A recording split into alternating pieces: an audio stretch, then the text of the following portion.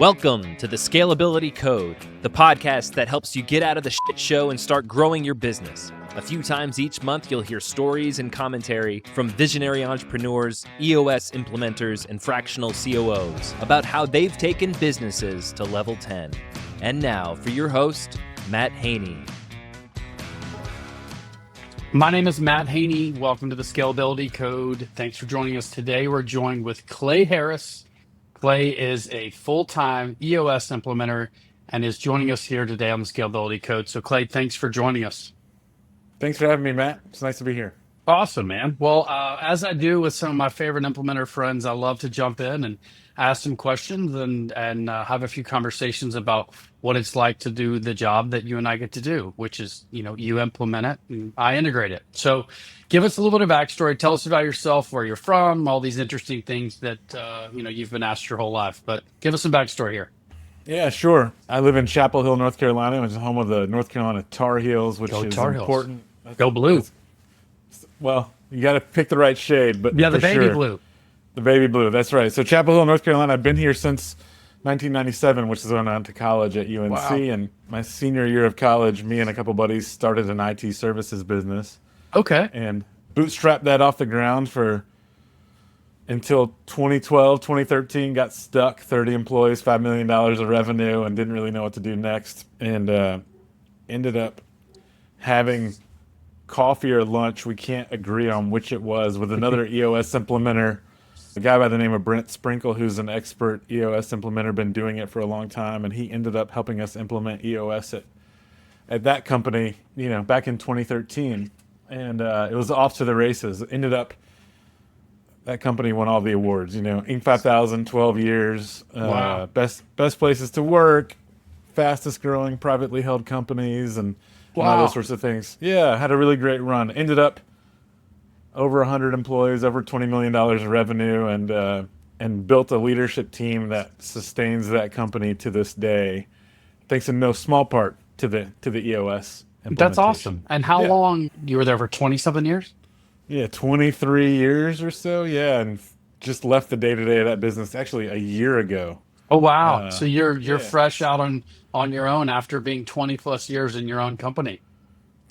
23 years of the same thing. And so I bet seeing something different is still fun every single day, right? Well, interestingly, as an EOS implementer, it's actually not that different than doing like outsourced IT, which is what we did. We work with similarly sized clients, right? Like less than 100 users generally, and you're outsourcing their IT. And of course, you're fixing IT, but as an EOS implementer, you're kind of zooming out a little bit on the business. That's exactly right.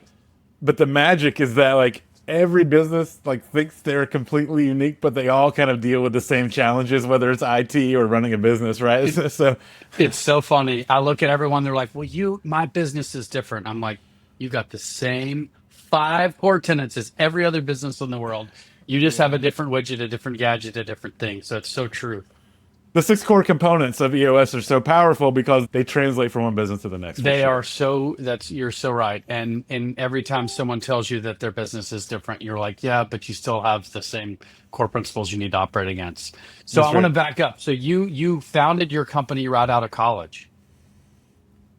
Yes. Right? With buddies from college? While I was still in college. Yeah, that's while I was so still cool. in college. Yeah. Were you the operator the whole time, or sort of did you guys have different roles, or what was the 3 of us did. One guy, Ron, was kind of the main founder. This is kind of his brainchild, brought us all along on the ride with him. And he was the CEO for years and years, and he stepped away from the day-to-day, and then I stepped into the role for the last 8 or so years and took over for him. So we kind of switched seats along the way as one person kind of exited the day-to-day of the business, and another person stepped up. Right. And when did you realize, or how did you get EOS, and how long was it? Do you remember what year you brought it into your company? For sure, 2013. Oh, wow. Yeah. A while ago. Holy shit, that's cool. Yeah, a long time. We ran EOS, still run EOS for over a decade. That's so great. You might take the cake for I maybe know a handful of companies that have been on it 10 or more years, but not many. Most of the growth in EOS has come over the last 5 to 7 years, I would say. So that's really cool. You guys were pioneering it early. Yeah, for sure. It really took off. Brent Sprinkle was our original implementer, and he's Nice. still Shout out, around. Brent. And shout out Brent. Yeah, he's a good You dude. still stay in touch with him? Of course, he was one of Yeah. the key reasons I decided to do this implementation thing after leaving the Yeah. day to day. And the interesting thing is that that's like it turns into a lifelong relationship, right? When you like kind of get to know someone really well and Yep. share the goods and the bads and the things Yep. that are working, the things aren't working regularly, develop meaningful relationships there. No, it's really special to have, and also you have that relationship with someone who knows you can be really vulnerable with. I think you as the president and CEO of your company, all of the folks that I generally work with, there's some point in time they say to me, "Man, I just need to tell somebody how much it sucks right now. Like I can't go back to my team and tell them how shitty it is today because of them and this." I'm like, I hear you, buddy. Like everybody's got a tough day, and it's nice to have a relationship with a disinterested but interested third party. Yeah, it's lonely at the top. It is lonely at the top, especially if you're signing the checks. So, all right, let me ask you. Well, I have so many questions, but I really want to know what made you kind of realize that it was time to move on from your former job, the business you founded. And how did you guys get to the point where you were like, man, we're gonna package this thing up and move on? Yeah, well, it's still closely held. What we've figured out is that we're getting in the way. Yeah. And it's actually just true that when you're getting in the way, you got to get out of the way Right. and bring someone who can like kind of take it to the next level. So the same reason that we brought in EOS in 2013 was the same reason why in 2023 it was time to find someone else. We ran out of the arrows in the quiver that were Right. fueling the growth, right? So And did you go in and find someone as an operator, or did you sell to another MSP or IT service company? brought in another operator. That's great. So you still own the company. You guys are still involved. That's right. That's fantastic. Yeah, Man, so- that's twice as hard as selling it and waving your hands in the air and moving on. Now you still have the middle anguish of what's happening. That's incredible. Incredibly admirable to do that. Yeah, not the most fun thing to do, to kind of like Yeah. look in the mirror and say this isn't working. Knock on wood, proof is in the pudding. We'll see how it That's goes. exactly right. And how it's been like a year, you said, or close to a Yeah, year? got some great folks in the company running it, and super excited to see what they'll do over the next 10 years. That's And, so great. So have a lot of now you're confidence. you're running up the EOS implementer business, and tell me, obviously, your 10 years of experience with EOS, you used it every day for 10 years. Like, how did that help you kind of get to the point where you knew that the next step was to be an implementer? Like, what was that path like? So after a month of kind of cleaning up the to-do list at home, all right, kind of gets boring and sitting around being like, I'm not sure I want to go work for someone. It's been a minute since I've been my I own haven't- boss for Yeah. 25 years. And so really what I was looking for was like, what can I do that like kind of sparks me personally? And kind of two routes presented themselves. One is just kind of just doing kind of generic consulting kind of work, right? Right. Where In you're- your space. Yeah. Yeah, kind of going around and figuring out a problem, solving it. And then the other thing that kind of popped up, I had a coffee with Brent, Yeah. and he was like, "Why don't you do this? You know how to do it." And what appealed to me is I really like systems. I really like kind of working within a framework and not having to spend all of my time both creating the framework and the Yeah. idea and then executing on the idea, but Yeah. like kind of just going out there and delivering made a lot of sense to me to be an EOS implementer. And so, yeah, after that, I was off to the races. Boot camp in August of last year and Okay. So coming up on a year.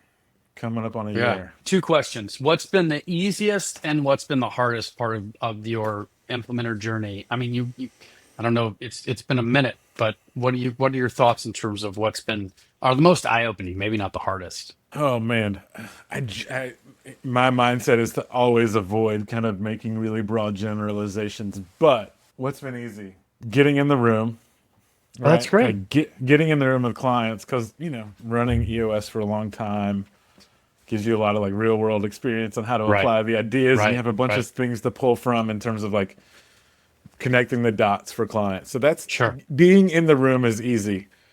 What I think the most eye-opening thing was like when you spend, for me, 20 plus years as one thing, known to my network as IT. This guy. Yeah. What has been, I don't even know what the right word is, surprisingly hard to kind of shift is that that network doesn't like activate overnight, right? Right. Like, and so getting out there and meeting with people and talking to them, it's taking like a bunch of repetitions. We say in Yep. EOS, you got to say it 7 times before they hear you, and that's true kind of with everything. So Yeah. picking up the phone, sending the emails, meeting people at networking events and coffees, it just takes time. It And does take time. And it's as I say, and I don't know where I came up with this. It's like I spend a lot of time eating my own soup, as I'm building my own business and helping others build theirs. It's like a lot of times I need to take the advice I've been given for so long, which is just got to keep going. And it's hard. I mean, it's just there's no solution to just keep being persistent and staying at it. 100%. That's right. Yeah. 100%. That's awesome. Well, tell me, what do you do when you're not running IT companies for 24 years or rolling out your new EOS implementer business? What do you guys do for fun there in Chapel Hill? No, well, I'm a dad. So I got 2 beautiful girls who are Oh, girl dad. How old are they? 13 and 10. Oh, And, man, I have that one is now 15 and I have a 9-year-old as well. So I know exactly go. what you're dealing with. Yeah. So we got middle school and 4th grade. And so they're both 10 and 13 going on 19 or Of 34. course. Of course. But they do the Of course. sports and we go do that on the weekends. And What are they into? What sports? my older daughter is into basketball and volleyball. There you go. And my younger daughter is into whatever her sister's into because she idolizes her. But she's the more like kind of she's a piano player and Yeah, the artist. more artist, Love it. Of the family. So yeah, man, Man. that's what we do all the time. That's So incredible. really, my free time is spent driving kids Of course, places. Uber. Yeah. You're an Uber driver, unpaid Uber. That's Yeah, exactly and right. like I don't even, and they control the playlist. They demand car chargers for their devices. Yeah. I mean, it's like anything else I can get you, my passengers here on this journey. I thought you were going to stop at Starbucks. I'm sorry. Right. $7 for a acai drink. I'm like, are you kidding me? This Listen. is a joke. If the order was only 2 words, I'd place it, but it's 37 words, and I don't know how to remember it. I don't have time for your nonsense, kids. That's right. That's so funny. So you have a niche. I mean, are you trying to find a certain? I know there's some EOS implementers that have, no niche. They've got landscape companies and high tech companies, and there's some that have you found, or have you gotten to the point where you think finding a niche is of interest, or you're out there being optimistic? I don't say no to anybody. I'm traveling. I'm doing virtual sessions. I have clients That's great. from Washington, D.C. to Phoenix to Florida. And I have one client with a leadership team member in Spain and San Francisco. So we're all Dude, over that the is map. so great. Clay, I deal a lot with implementers that have, they want to stay in their market and they loathe the virtual sessions. And I totally appreciate it. Like, listen, everybody's got their own niche, but I have had a lot of virtual clients myself over the last 7 years trying to figure out, one in New Jersey and one in Seattle and one in Dallas and then one in Peoria, Illinois. And I just love the diversity you get from having people that aren't in your hometown. It does make a digital session a little more complicated, but I think if nobody knows any different, then nobody knows any different. It's our job to deliver a great session. I've got this cool setup. That board behind me is a Is it a digital Vibe? white. Yeah, it's a Vibe board. They're great. So we're rocking and rolling with virtual sessions here. Dude, I love the Vibe board. Shout out to my friend Dana Neth here in Austin. He has a Vibe board, and watching him learn how to use it and engage in it has been really cool. And he's real tech centric as you would be as well. And it's nice because it's like you early adopters are figuring that out for the rest of us. We're like, once you guys go figure it out, let us know how to use it and not make mistakes and tell us what we need to know. And he's jumped in, man. He's got it dialed in. Man, I feel like I got a little production studio here. I got lights and multiple microphones. It's awesome. Gotta keep it solid for the clients. And were you guys in office or distributed when you had your IT company? Office until 2020, and then we, of course, went home for a few months, and then I think we did what everybody else has been doing, which is like really struggling to figure out what it means to come back to the office and do it in a way that How doesn't. often do you hear that conversation? What's interesting is that in this world, in the EOS world, most of my clients are getting together regularly, and I don't hear a bunch of complaints about it. I hear a bunch of talk about it in the world, but like the clients who like really care and committed to building culture and great companies and that kind of stuff, I think have figured out what's right for them and feel pretty confident about it. Yeah, I hear it a lot, and generally it's around trying to find talent. Like a company has a specific role, and they're like, "Well, we really need him to be in office." And I'm like, I get it, but like, what if we can't find them? And what if we spend 3 to 6 months trying to find this specialist who lives, maybe 4 states away, maybe 4 towns away, maybe 4 hours away? What do we do? And I think it's complicated. Man, it's so complicated. They've been saying, and everyone's been saying that for so long, but I do feel like it's one of those things that is a case by case basis. But then you create an exception, Clay. You're like, well, we need to hire this person and they live well, but they're the only one that's remote. And how do we manage that? And what are the implications of the business on that? And how do we, it's like, it's the onion has so many layers. For sure. And I think I'm sure that when you deal with this problem, the number one thing is just to make sure it doesn't happen accidentally. Right. Do it purposefully. Right. Communicate it clearly. Right. And if there's an exception, cool. Just talk about why. Yep. Right? Yep. The world isn't black or white. The world is pretty darn gray all the time. You just got to make sure you define it. That is so well said. Communicate the uniqueness and don't run away from it and don't act like it's not a thing. But then it's like, well, we need to be fair and equal. And I always tell people, it's like, if you can find a group interview or whatever, it's like, hey, let's interview this person. They're on the screen and we're sitting in an office together. But like, listen, I'm begging everyone to find us someone locally. We've tried. It's not like we set out and said, we want to find somebody 4 states away because we want to have this awkward conversation with everyone in the room. No, it's not. We're trying to find the best person for the seat, and we can't find them. And we all agree as a leadership team that this is a huge seat we have to fill. And we had someone leave, or we didn't have the right person previously. And finding next level talent and bringing them in sometimes means that, to your point, we've got to operate in the gray a little bit. It's a different world than we lived in 5 years ago.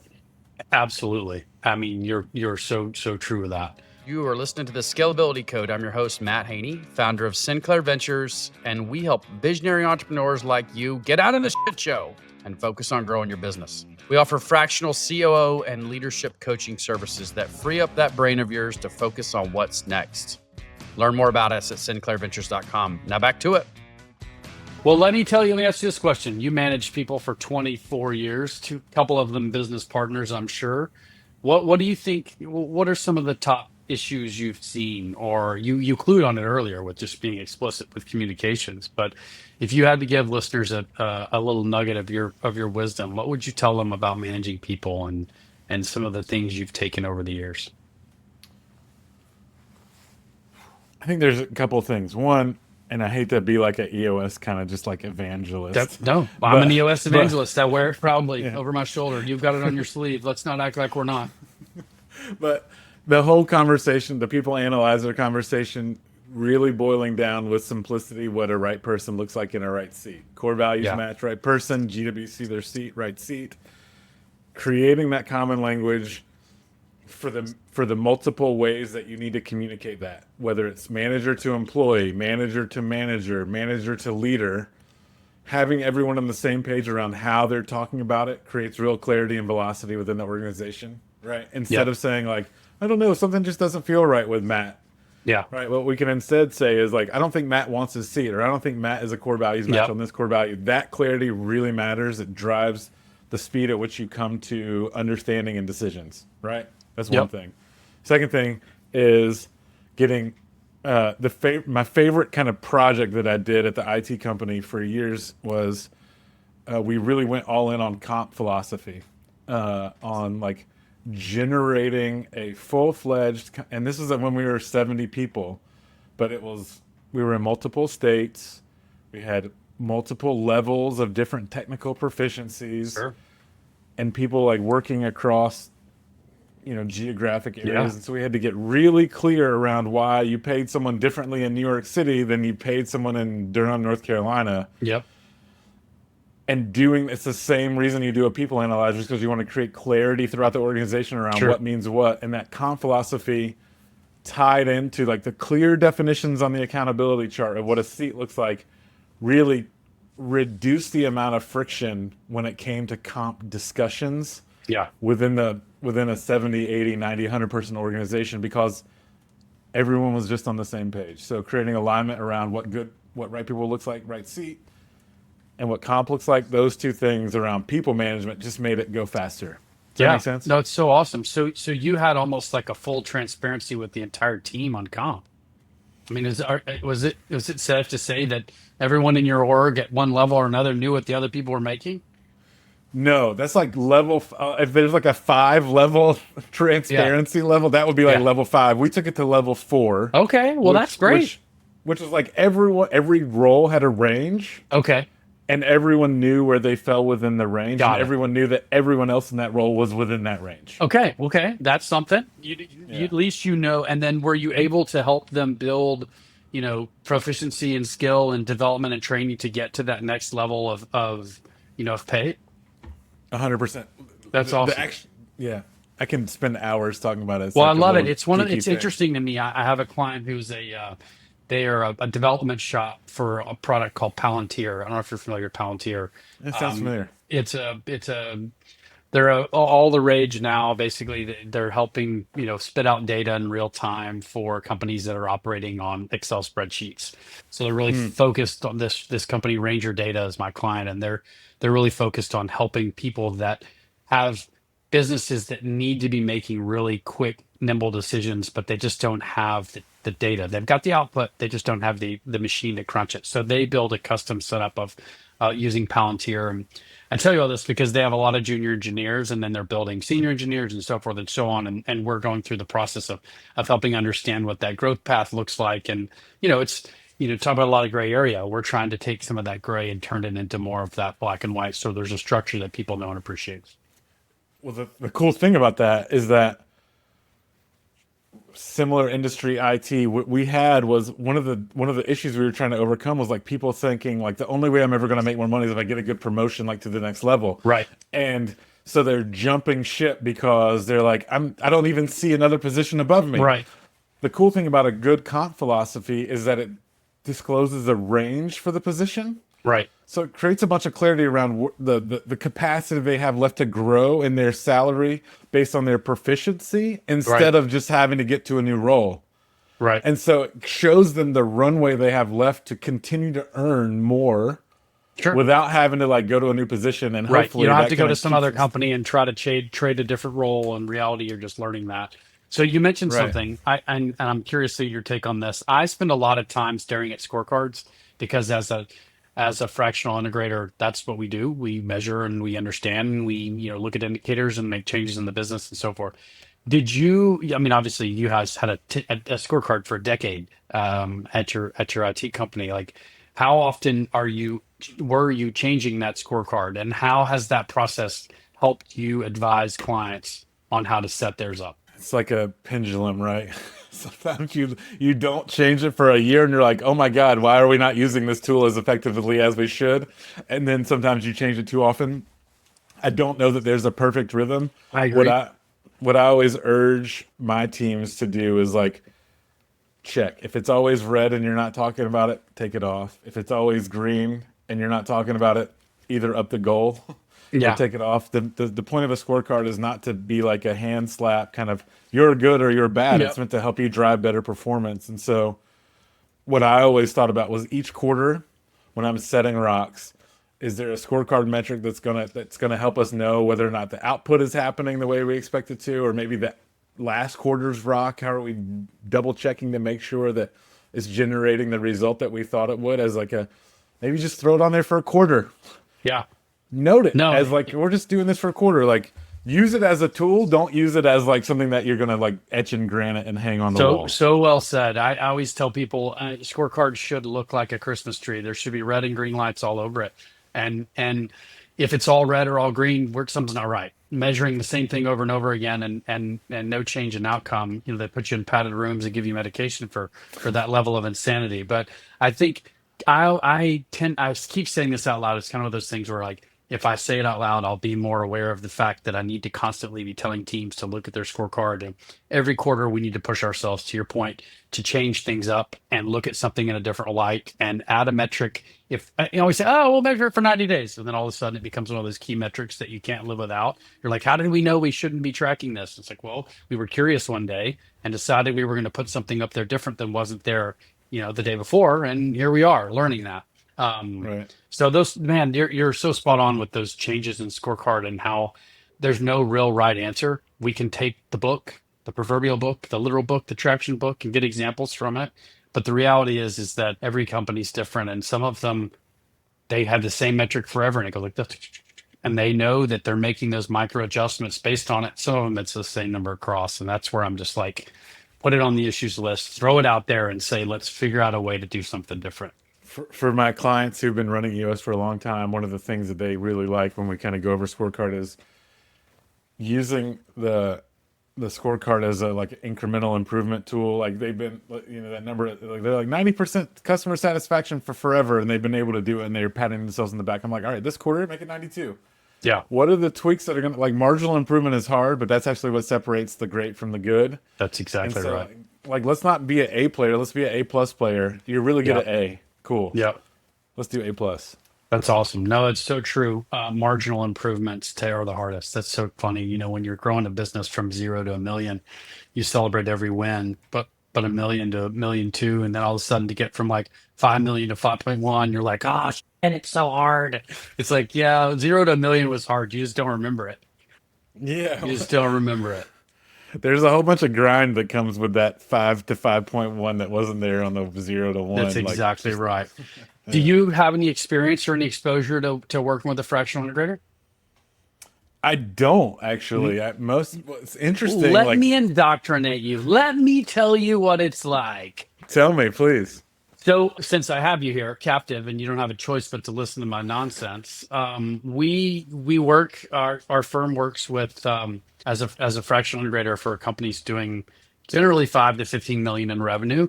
Founder-led businesses that have gotten to a certain point, maybe they didn't have an integrator, or they transitioned, or had a bad hire, and we get to come in for a fractional basis, and our job is to work ourselves out of our job. Our job is to bring in that next level talent, either from inside or hire outside to replace us once we get the business stabilized.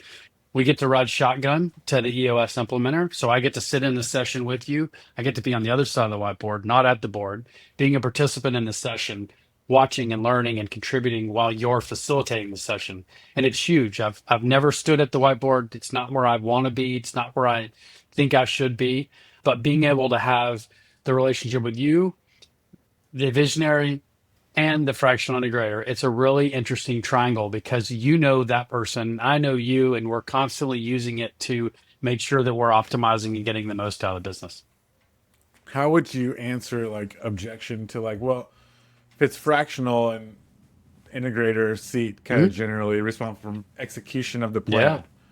How do you kind of come back to someone who says like, well, what if we come up with a problem on Thursday and you're not there to help us? Yeah, no, that's a great question. I always say, if it's going to cause the business to fail that day, pick up the phone and call me and I'll help you through it. But most times those business issues aren't that impactful unless you're dealing with an accident or some sort of, fraud or something that it's not that mission critical. But most of the times we find ourselves in businesses that have never had a second in command, or are transitioning from one to another. We need someone to fill the gap, or we don't know what we need. So we're going to bring this fractional integrator in to sit in the seat, because what you find, or what I find, is that most times people think they need an apple, but they actually need an orange.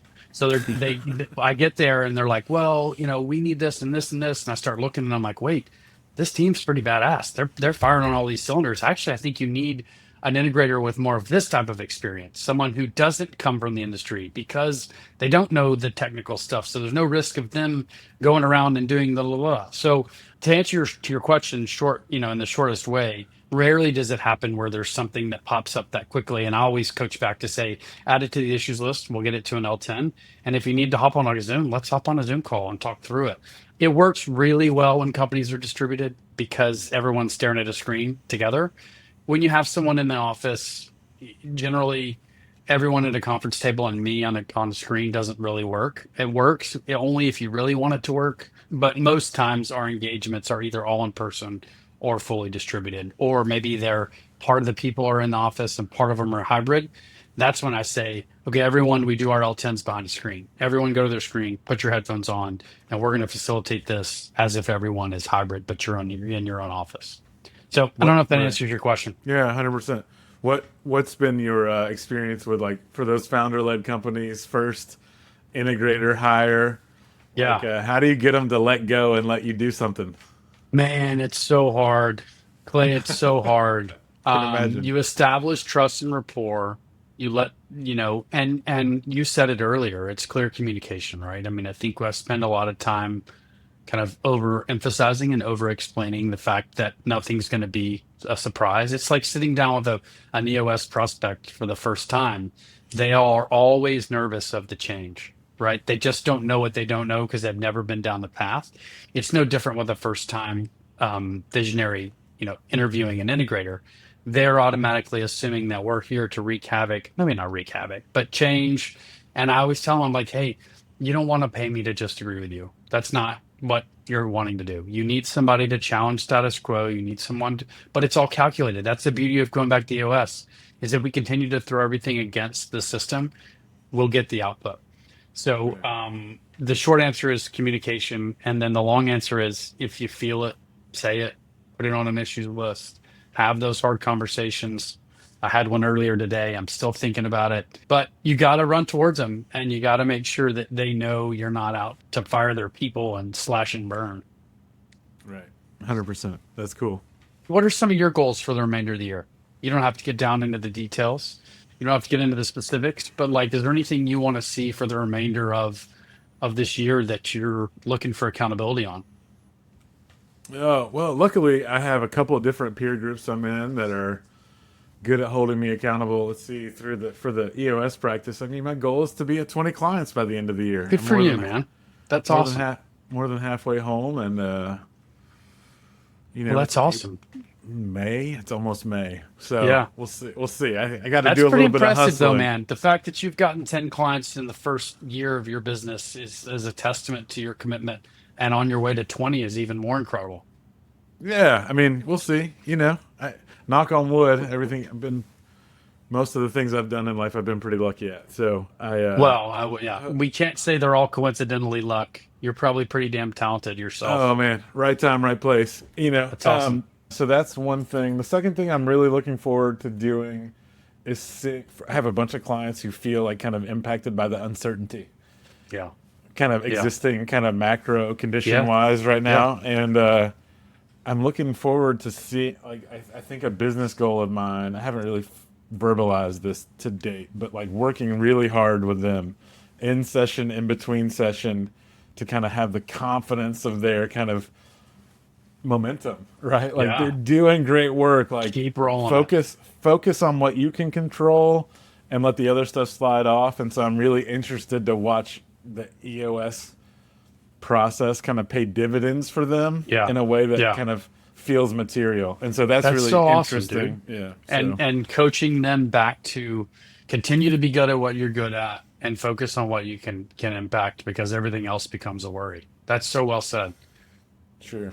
Yeah. That's awesome. Mean, one of my clients does a lot of work. It's a company called Positive Intelligence, and they do a bunch of work around getting rid of that head trash and, like, love it, putting a name on it. They're unbelievably awesome. So last goal is kind of applying some of those learnings into my session room to make those more powerful. So those would be my goals for the year. I need to reach out to those folks, because I have a couple books here. I always like to show people these are the things that I try to look at. These two daily books that I read. The Daily Stoic is one. Yeah. I don't know if you're familiar. And then the Maxwell Daily Reader is another one. John Maxwell's a real famous leader. And I read one page of these each every day. They sit around next to me. And a lot of that just helps me try to stay focused and stay positive and make sure that the energy I'm giving off is what other people want to pick up.